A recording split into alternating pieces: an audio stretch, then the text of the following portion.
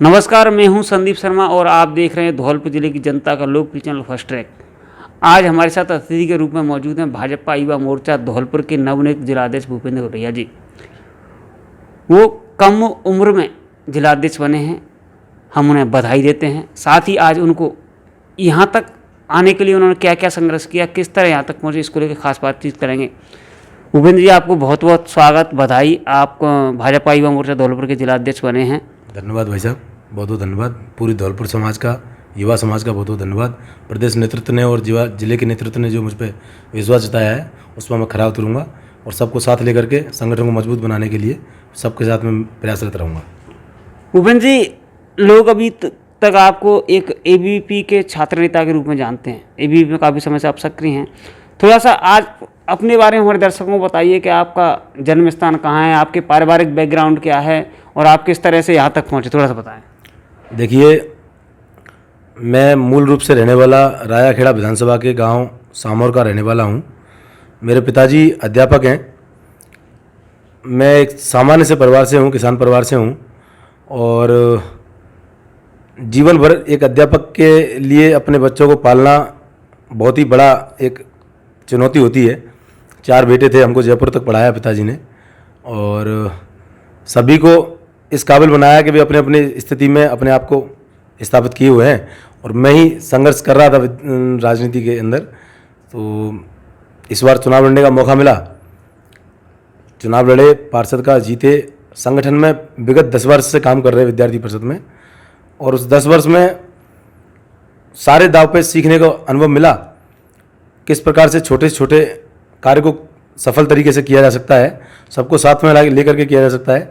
ये सीखने को अखिल भारतीय विद्यार्थी परिषद के माध्यम से मिला और संघों में प्रथम वर्ष शिक्षा का प्रशिक्षण वर्ग लिया मैंने, तो उसमें भी हमको जीवन जीने का एक तौर तरीका सीखा और किस तरह से भारतीय समाज को एकत्रित करके और सबको साथ में लेकर काम करना चाहिए, वो सीखने का अनुभव मिला।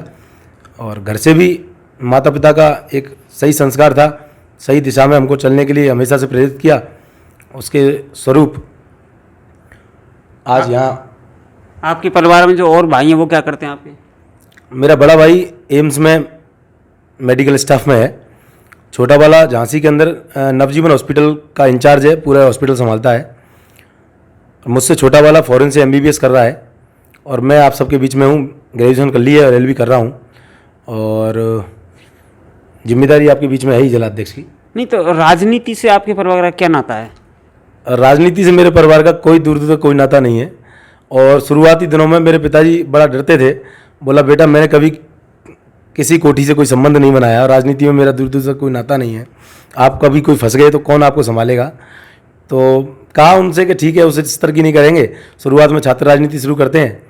तो उन्होंने बहुत सपोर्ट किया मेरे पिताजी ने और उन्हीं की बदौलत आज इस स्थिति में खड़ा हूँ मैं आज। नहीं, शुरुआत में छात्र राजनीति में कब आए और कैसे आए, मतलब क्या सोचा था कि छात्र राजनीति क्यों, जब आपके परिवार में से कोई है ही नहीं इसमें? तो जब मैं 2009 में पिताजी ने जयपुर पढ़ने के लिए भेजा तो 9th और 10th मैंने जयपुर से किया। कपिल ज्ञानपीठ स्कूल है जयपुर में और इंडियन पब्लिक स्कूल है, दोनों वर्ष अलग अलग स्कूलों में रहा। 9th कपिल ज्ञानपीठ से किया, 10th इंडियन पब्लिक स्कूल है बरकत नगर में, टॉक फाटक, वहाँ से किया। उसके बाद खुद को ऐसा एहसास हुआ कि पढ़ाई में थोड़ा सा कहीं ना कहीं कमज़ोर था मैं।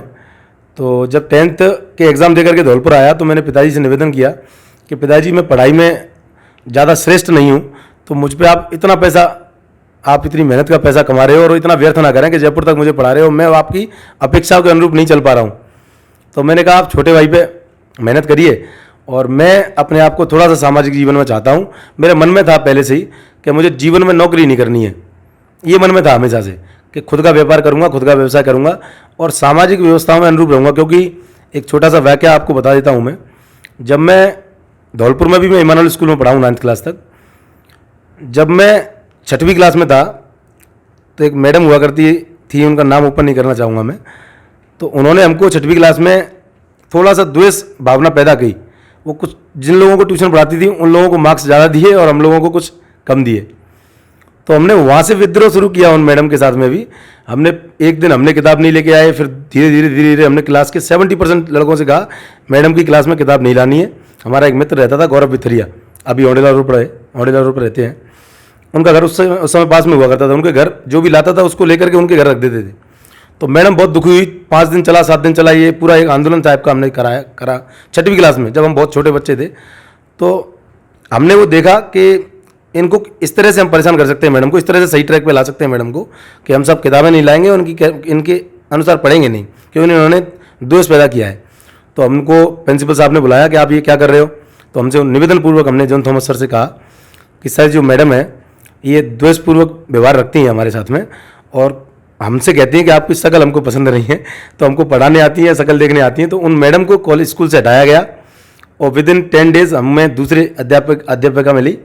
तो इस तरह से हमने शुरुआत करी। तब से ही मन में था कि नहीं साहब, मन में ये तो है कि एक समाज के लिए कुछ करना है, समाज के साथ में जुड़ करके काम करना है। तो फिर 9th क्लास में जब जयपुर गए, जयपुर में भी ये स्थिति थी कि हमारी एक टीम थी, हम छात्रों के लिए लड़ते थे, मैडम से जाकर बात करते थे। फिर धौलपुर आए, तो धौलपुर में मैंने जब गिरिराज विद्याविद्यालय स्कूल है वहाँ से शुरुआत करी। वहाँ पे भी 11th क्लास से यूपी में जुड़ गए। तो फिर तो छात्र हित में काम करना शुरू किया ही, और विगत 11 साल से 2011 से लेकर अनवरत 2011 में मेरे पास सहनगर मंत्री की जिम्मेदारी रही, 2012 में नगर मंत्री की जिम्मेदारी रही, 2013 में सहजिला संयोजक की जिम्मेदारी रही, 2014 में सहजिला संयोजक की जिम्मेदारी रही, 2015 में और 2016 में जिला संयोजक की जिम्मेदारी रही, 2017 में विभाग का सह संयोजक, भरतपुर पूरे विभाग का सह संयोजक की जिम्मेदारी रही अखिल भारतीय विद्यार्थी परिषद की, और 2018 में प्रांत कार्य समिति सदस्य, 19 में और 20 में प्रदेश सहमंत्री। जयपुर प्रांत है हमारा, 3 प्रांत हैं जयपुर में, राजस्थान में, जयपुर, जोधपुर और चित्तौड़। ऐसे करके जयपुर प्रांत का प्रांत सहमंत्री के नाते मुझे 2 बार जिम्मेदारी रही। और 2020 के अंत में आगरा में जो राष्ट्रीय अधिवेशन था उसमें मुझे राष्ट्रीय कार्यकारिणी सदस्य की जिम्मेदारी भी मिली। तो इस नाते से अब तक ये संगठन में जो काम किया मैंने 10 साल, उसमें जीवन को जीने की, समाज के साथ में किस प्रकार से जीवन को जीना है, और समाज के साथ अच्छे वर्ग को, समाज के सभी वर्गों को और अच्छे वर्गों को साथ में लेकर के किस तरह आगे बढ़ना है, समाज को किस तरह एकत्रित करना है, ये जीवन में थोड़ा सीखा और समाज में आगे बढ़ने की एक मन में चेतना जागृत हुई। भूपेंद्र जी, लोग राजनीति में पूरे लंबे समय तक मेहनत करते हैं, ज़िंदगी गुजर जाती है। आप जैसा बता रहे हैं कि 10 साल पहले, 11 साल पहले आपने छात्र राजनीति में कदम रखा और इतने कम समय में आप प्रदेश से लेकर और राष्ट्रीय कार्यकारिणी में शामिल हो गए, और अब भाजपा युवा मोर्चा जैसा एक बड़ा ओहदेदार पद मिला है। इसके पीछे मतलब क्या रीज़न रहा, इतनी जल्दी कैसे उन्नति की राजनीति में आपने? कारण भाई साहब ये है कि मैंने कभी भी व्यक्ति को विशेष नहीं माना, व्यक्ति को सर्वोपरि नहीं माना। जब मैं विद्यार्थी परिषद में था तब भी मेरे लिए संगठन, जब मैं कहता था, किसी से भाषण देता था या बोलता था स्कूलों में जाके कि मेरा अगर खून भी काटोगे कोई तो मुझे विद्यार्थी परिषद निकलेगी, इस तरह से संबोधन करता था कि मैंने हमेशा संगठन को और विचार को सर्वोपरि माना कि हमारा एक विचार है, विचार जो पूरा एक, जिस विचार को लेकर के हम देश में आगे बढ़ना चाहते हैं और इस समाज को सभी एकत्रित करके एकत्रित भाव से आगे बढ़ाना चाहते हैं, हमेशा से ये माना कि साहब समाज सर्वोपरि है, विचार सर्वोपरि है, कभी भी कोई व्यक्ति सर्वोपरि नहीं है। अगर मैं व्यक्ति को सर्वोपरि मान करके चलता तो शायद आज किसी एक व्यक्ति के पीछे खड़ा होता, और विचार को सर्वोपरि माना, विद्यार्थी परिषद में भी विचार को सर्वोपरि माना, जिससे समय, प्रत्येक वर्ष समय के अनुकूल मुझे जिम्मेदारियां बदलती रहीं, आगे बढ़ता गया। ऐसा कोई जिम्मेदारी नहीं जिस पर मैं कदम रख के आगे नहीं बढ़ा। मुझे किसी ने जंप लगा करके किसी अलग पद पर नहीं बिठाया, प्रत्येक पद पर मैं बैठ के गया। सहनगर मंत्री, नगर मंत्री, सहजिला संयोजक, जिला संयोजक, प्रदेश सहमंत्री, राष्ट्रीय कार्यकारिणी सदस्य, प्रत्येक स्टेप पर मैंने कदम रखा। तब जाके 11 साल में संगठन में राष्ट्रीय कार्यकारिणी सदस्य पहुंचा। और उसके बाद कुछ परिस्थितियां रही कि मुझे चुनाव लड़ना पड़ा। पिताजी के लिए टिकट मांगा था, किसी कारणवश परिस्थिति रही कि पिताजी को टिकट नहीं दे पाया संगठन, और संगठन ने वहाँ टिकट किसी और को भी नहीं दिया, और मुझे बैक में सपोर्ट किया, बैक में रह करके सपोर्ट किया भाजपा ने, और उस नाते से फिर मुझे चुनाव लड़ना पड़ा। इसीलिए मैंने 2020 में ही, जिस दिन मैं चुनाव लड़ा, उस दिन मैं सारी जिम्मेदारियों से अपने आप को मुक्त करते हुए आगे चुनाव लड़ा और राजनीतिक जीवन की शुरुआत की। नहीं तो राजनीति में किसी न किसी की मुझे लगता है मेहरबानी है कि जनता ने आपको पार्षद भी बना दिया, और कुछ समय बाद ही आप नगर पालिका में जो उपनेता प्रतिपक्ष बन गए, और अब आपको भाजपा युवा मोर्चा दिला, तो किसी न किसी की तो मेहरबानी है। वो किसकी मेहरबानी है? मैं वही बताना चाह रहा हूँ आपको कि मैं पिताजी के साथ में मेरी अधिकांश कन्वर्सेशन में, मेरा जीवन का नियमित एक तरीका है कि मैं शाम को जाकर के, जैसे कहीं भी हूँ, आज भी, कल भी, जिस दिन जिलाध्यक्ष बना उस दिन से भी, कितना भी व्यस्त हूँ, उसके बाद भी मैं पिताजी के साथ में शाम को 1 घंटे 1.5 घंटे बातचीत करता हूँ। तो उस बातचीतों में पापा से दुखी होता था कि पिताजी मेरा कोई गॉडफादर नहीं है। राजनीति में और बॉलीवुड में गॉडफादर होना बहुत ज़रूरी है। तो लगा कि किसी को गॉडफादर बनाना चाहिए। लेकिन आत्मा ने, अंतर्मन ने गवाही नहीं दी। जो संघ विचार से और विद्यार्थी परिषद विचार से जो सीखा कि आप अपनी मातृभूमि के लिए, अपनी जो मातृ संगठन है उसके लिए, और जिस भी विचार में काम कर रहे हो उसके लिए सर्वस्व न्यौछावर करके काम करिए। आपको गॉडफादर बनाने की आवश्यकता ही नहीं है। और मैं आंगने वाले सभी युवाओं से भी अपील करता हूं और निवेदन करता हूं कि आप गॉडफादर बनाने के चक्कर में अपना जीवन व्यर्थ मत करिए।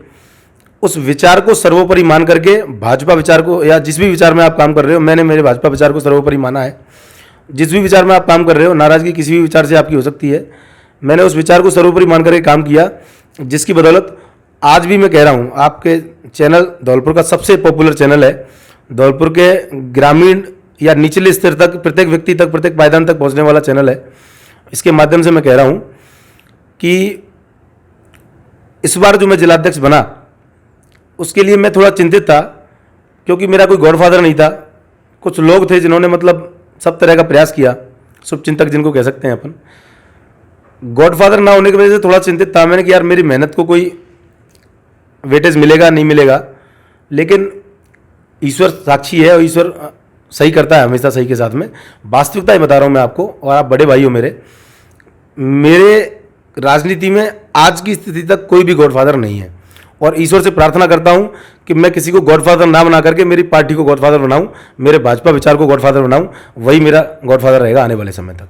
मैंने आपको कार्य को छात्र राजनीति से देखा है और बड़ा अच्छा परफॉर्मेंस रहा है। अब बड़ी जिम्मेदारी है, तो अब इस जिम्मेदारी को किस रूप में लेते हो, इसका कैसे निवारण कर रहे हो? क्या समस्याएं लगती हैं आपको जिनका समाधान किया जाए? क्या मुद्दे हैं, क्योंकि आप विपक्ष में हो और विपक्ष का काम है मुद्दों को उठाना, सरकार को जगाना, प्रशासन को जगाना, तो क्या मुद्दे लगते हैं कि जो इस समय जिले में हैं? देखिए भाई साहब, छात्र जीवन में भी आप मुझसे जुड़े रहे हो, सभी भाइयों से जुड़ा रहा हूँ, और मैं मेरे अपने आप को एक सामाजिक व्यक्ति यूँ मानता हूँ, क्योंकि पिछले 10 साल से सामाजिक जीवन जी रहा हूँ, समाज के सभी वर्गों के साथ में बैठ करके जीवन जी रहा हूँ। तो कॉलेज लाइफ में भी ये रहा कि जब भी कॉलेज में छात्रों को आवश्यकता पड़ी, एक वाकया मैं बता देता हूँ आपको। जब कॉलेज में कंप्यूटर का और इंग्लिश का लेक्चर नहीं हुआ करता था, हमने 10 बार प्रिंसिपल साहब से निवेदन किया। जब उन्होंने आग्रहपूर्वक हमारी बात को नहीं माना, तो हमने पूरे कॉलेज को ताला लगाया, सारे स्टाफ को कॉलेज जो एक प्रशासनिक भवन है उसमें ताले लगा करके बंद किया, और हम उसी जगह धरने पर बैठ गए। पुलिस प्रशासन आई, उसका एक आज भी मेरे पास उसका एक पिक्चर मेरे पास है अखबार का, कि मैं पुलिस धरने पर बैठ गया, पुलिस प्रशासन आया, उसके बाद भी मैंने ताले को नहीं खोला। और संघर्ष करने के बाद भी जब तक उनसे ये नहीं कहलवा लिया कि आने वाले 7 दिनों में चाहे आप प्राइवेट बेस पर भर्ती करिए, आप उनको 10,000 दीजिए, 5,000 दीजिए, जो भी आपको देना हो अपने स्तर पर दीजिए, जो विकास फंड कॉलेज का होता है, आप अस्थायी तौर पर छात्रों की व्यवस्था करिए, क्योंकि छात्र को बड़ी उम्मीद के साथ आता है कि हम पीजी कॉलेज में पढ़ने जा रहे हैं, और वहाँ उनको अगर शिक्षा की व्यवस्था नहीं कर पा रहे हो आप, तो आपका यहाँ रहने का कोई अधिकार नहीं है। इस तरह से हमने वहाँ संघर्ष किया। यही मेरा विचार आने वाले समय में युवा मोर्चा में भी है, कि अभी देखने को मिलता है कि यहाँ पर कांग्रेस के 3 विधायक हैं, और कांग्रेस ने सभी विधायकों को सीएम जैसी ताकत दे रखी है, और पूर्ण रूप से कार्यकर्ताओं के साथ में अन्याय हो रहा है, चाहे वो बाड़ी हो, चाहे बसेड़ी हो, चाहे राजाखेड़ा हो, कार्यकर्ताओं के साथ में बहुत अन्याय हो रहा है। और मैं उन कार्यकर्ताओं को सलाम करता हूं जो इस समय ऐसी चुनौतियों में भी काम कर रहे हैं, ऐसी विकट परिस्थितियों में भी काम कर रहे हैं और उन चुनौतियों का सामना कर रहे हैं। लेकिन उनसे एक अपील भी करता हूं कि आप निश्चिंत रहें, अपना धैर्य बना के रखें। आने वाले समय में ऐसे विधायकों के खिलाफ, ऐसे प्रशासकों के खिलाफ पूर्ण रूप से बड़ा आंदोलन किया जाएगा, कड़ी टक्कर दी जाएगी, और चाहे कुछ भी करना पड़े, मुझे जेल जाने के लिए तैयार हूं, तो थाने, कोर्ट कचहरी जहां भी जाना पड़े तैयार हूं। अपने कार्यकर्ता के लिए किसी भी हद तक जाना पड़े जाऊंगा, और संघर्ष करेंगे 3 साल 2 साल जितना भी है, और इस सरकार को उखाड़ फेंकने की जिम्मेदारी हम सब युवाओं की होगी। आपकी नज़र में फिलहाल जो जिले की कानून व्यवस्था है, प्रशासनिक व्यवस्था है, उसको किस तरह देखते हैं, किस तरह की है? देखिए, कानून व्यवस्था, मैं एक प्रशासनिक अधिकारी का नाम नहीं लूँगा, कल मेरी किसी प्रशासनिक अधिकारी से बातचीत हुई, उन्होंने ये कहा मुझे कि भूपेन जी, मैं इस कदर दुखी हूँ कि मैं अभी मेरे रिटायरमेंट में 1.5 से 2 साल रह गई हैं, और मैं बीआरएस लेने की स्थिति में हूँ। विधायक इतना फोर्स करते हैं कि निर्दोष आदमी को भी आप फंसाइए, निर्दोष आदमी को भी आप किसी न किसी जांच के अंतर्गत उसको लटकाइए, उसको फंसाइए, उसको दोष साबित करिए और जेल में डालिए। आप बताइए, मैं भी इंसान हूँ, मेरे भी बच्चे हैं। इस तरह से एक अधिकारी लेवल का आदमी मुझसे बात कर रहा था, तो मुझे बड़ा पीड़ा होती है।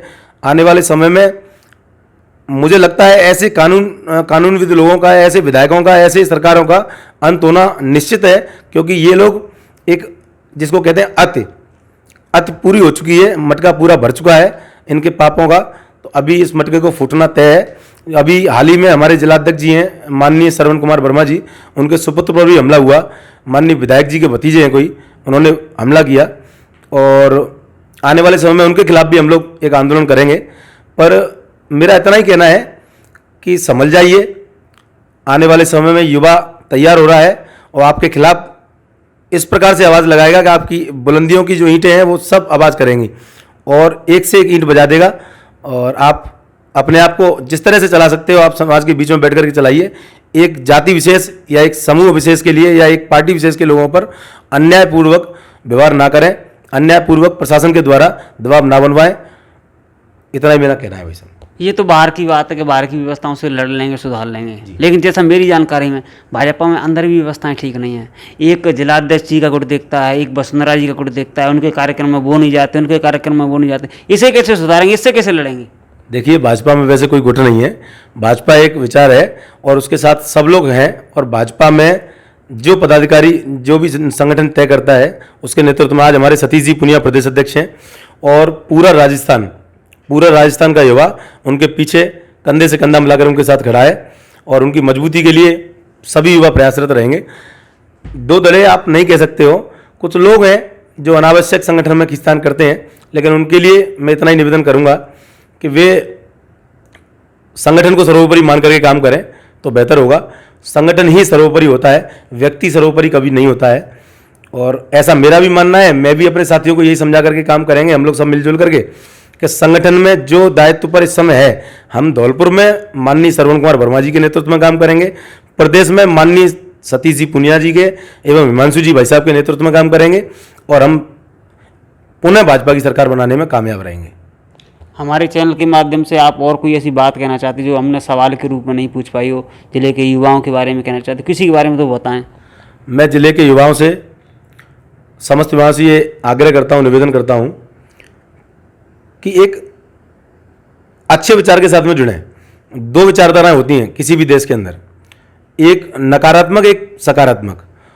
देश को तोड़ने वाली एक ताकत होती है, एक देश में सबको जोड़ करके चलने वाली ताकत होती है।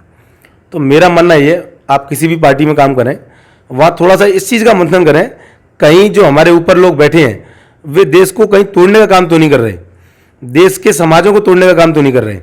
हमको ये मानना चाहिए, जैसे मैंने विद्यार्थी परिषद में रह करके सीखा है, समाज को जोड़ करके कैसे रखा जा सकता है वो हमको काम करना है। राष्ट्र सर्वोपरि होनी चाहिए, राष्ट्र सबसे ऊपर होना चाहिए, धर्म, जाति, राजनीतिक दल सबसे ऊपर राष्ट्र होना चाहिए। देश से बढ़कर के कुछ भी नहीं होना चाहिए। देश का मुद्दा आएगा, चाहे कांग्रेस अच्छा करे या बीजेपी अच्छा करे, देश के मुद्दे पे हम सब लोगों को एक होना चाहिए। अभी कुछ लोग हैं, अब जिस कदर एक पार्टी के पूर्व राष्ट्रीय अध्यक्ष को पप्पू नाम दिया जाता था, तो हरकतें इस प्रकार की करें क्या, एक बच्चे की हरकतें होती हैं उनकी। आपको राष्ट्रीय मुद्दों पर भी आपको कहीं ना कहीं, जिस तरह सर्जिकल स्ट्राइक पर सवाल खड़े किए उन्होंने, तो ये चिंता का विषय है कि ऐसे लोगों के हाथ में सत्ता को कैसे देते हैं, ऐसे लोगों के हाथ में देश को कैसे देते हैं जो अच्छा एक सम्माननीय चाणक्य जी थे, जो हमारे बहुत बड़े राजनीतिकार थे। उनका एक मुझे एक कथन याद है कि किसी भी विदेशी महिला से हुआ पुत्र कभी राष्ट्रभक्त हो ही नहीं सकता। इस तरह का एक कथन है, अगर आप चाणक्य नीति में पढ़ोगे कहीं तो उसका सीधा सीधा उदाहरण है भैया।